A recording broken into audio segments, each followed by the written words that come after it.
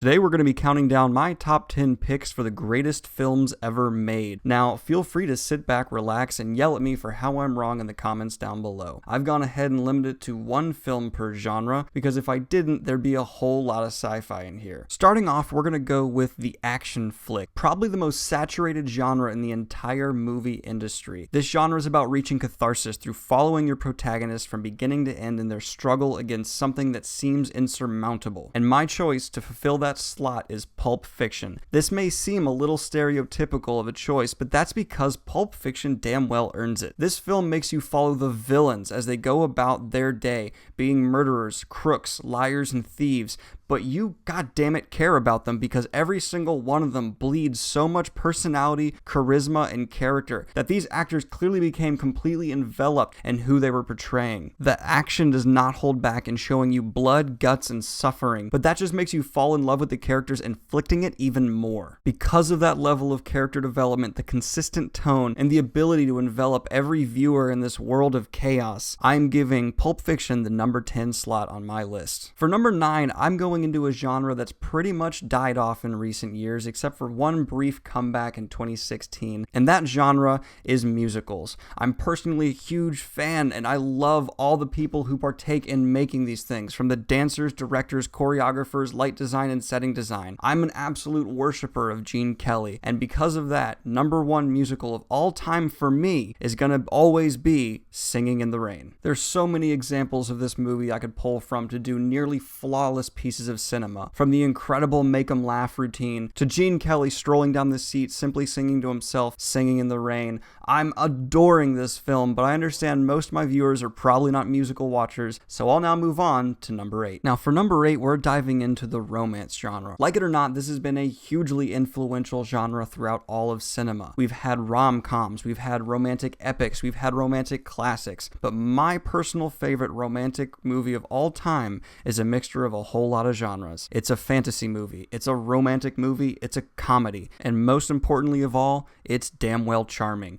And that movie is The Princess Bride. It's got amazing humor throughout it, a romance you end up legitimately caring about, and a world that somehow envelops you, even though the movie itself identifies it as not real. I can see people commenting down below that this doesn't count as a romance movie because of the other genres so strongly influencing the end result, but there is no way this film could exist without that core romance at the beginning, and because of that, and because it's my channel, I choose it to be my number one pick for the best romantic movie of all time. Now swinging in at number 7, we're going with the suspense film. This is not horror. These are not movies about jump scares and gore. This is a movie that builds suspense throughout its entire runtime and has you on the edge of your seat just wondering when that tension will finally break. And I have found no film to do this as well as Hitchcock's Rear Window. Creeping pace, Hitchcock's incredibly genius setting that feels so claustrophobic, and James Stewart's charming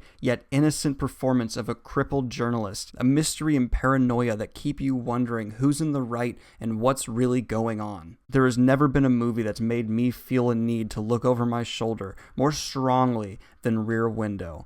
Now for number 6, I'm throwing away the genre rule and throwing in my own personal choice. Now this isn't the movie that I think is the best, but this film gave me the most pure enjoyment out of any film that I have ever watched, and that movie is Back to the Future. It's fun, filled with adventure, tons of character, and an original story that to that point had never really been seen before. I'm absolutely crazy about Back to the Future, and no one has the level of charisma as Michael J. Fox did in this trilogy. I'm a fan of all 3 films, but I only think the first one is a pure masterpiece. For number 5, we're jumping into a genre that has the burden of having to craft an original world on its own, and that is the adventure film. All of these movies must create a world, whether based in reality or not, that the story relies on heavily. I don't think that's ever been as done as well as The Fellowship of the Ring was able to do in 1999. Yes, the entire trilogy is great, but The Fellowship of the Ring builds a world that as a movie-going audience we had never seen before. The breathtaking landscapes, incredible new creatures, and overall atmosphere that until The Fellowship of the Ring had never come close to having been seen in theaters before. Yes, the plot is fairly straightforward, and the bad guys are mustache-twirling levels of obvious, but it doesn't matter because the heart of the film is about the world and the fight taking place within that world.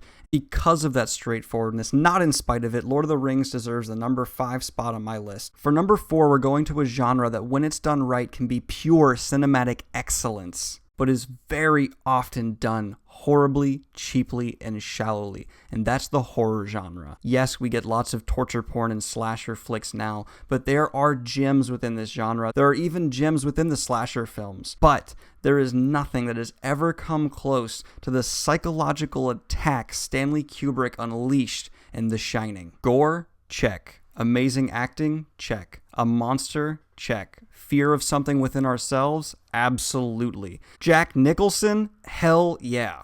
Stanley Kubrick is without a doubt the greatest director to ever live, and every time he tackled a genre, he made pure excellence. But there's something special about The Shining. It makes everyone who watches it viscerally uncomfortable. There are scenes that cause terror, and you cannot place why. It's a matter of building to perfection. It could even be considered the greatest suspense film of all time.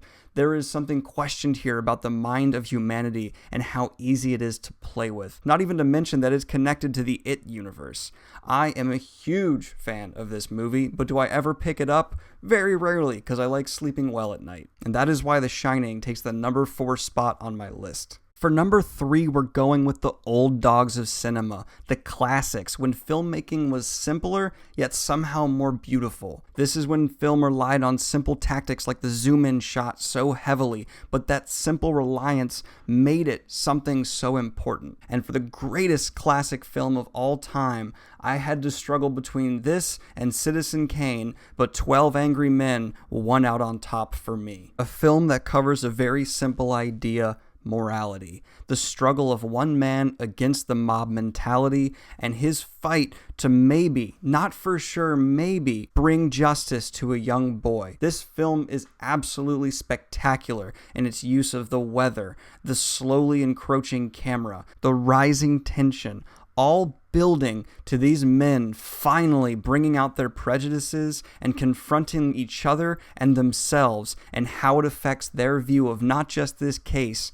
but the world. If there's any movie that should be studied for its effective, masterful use of simple techniques to influence the audience, it is 12 Angry Men. For number 2, we're going to the genre that relies on a hint of misdirection, wit, timing, and an overall performance, and that is the comedy. No genre has the potential to be dumber, but no other genre has the capacity to be smarter. This was the hardest genre for me to pick a winner. It's nearly impossible to choose between Blazing Saddles' reliance on dumb humor to promote its inner brilliance, or Airplane's non-stop slapstick-style humor, or Pineapple Express's stoner brilliance, or Charlie Chaplin or Buster Keaton's physical genius. It's not fair or plausible to say which comedy is funniest, but there is one that stands out as the most original, and that's another Kubrick film,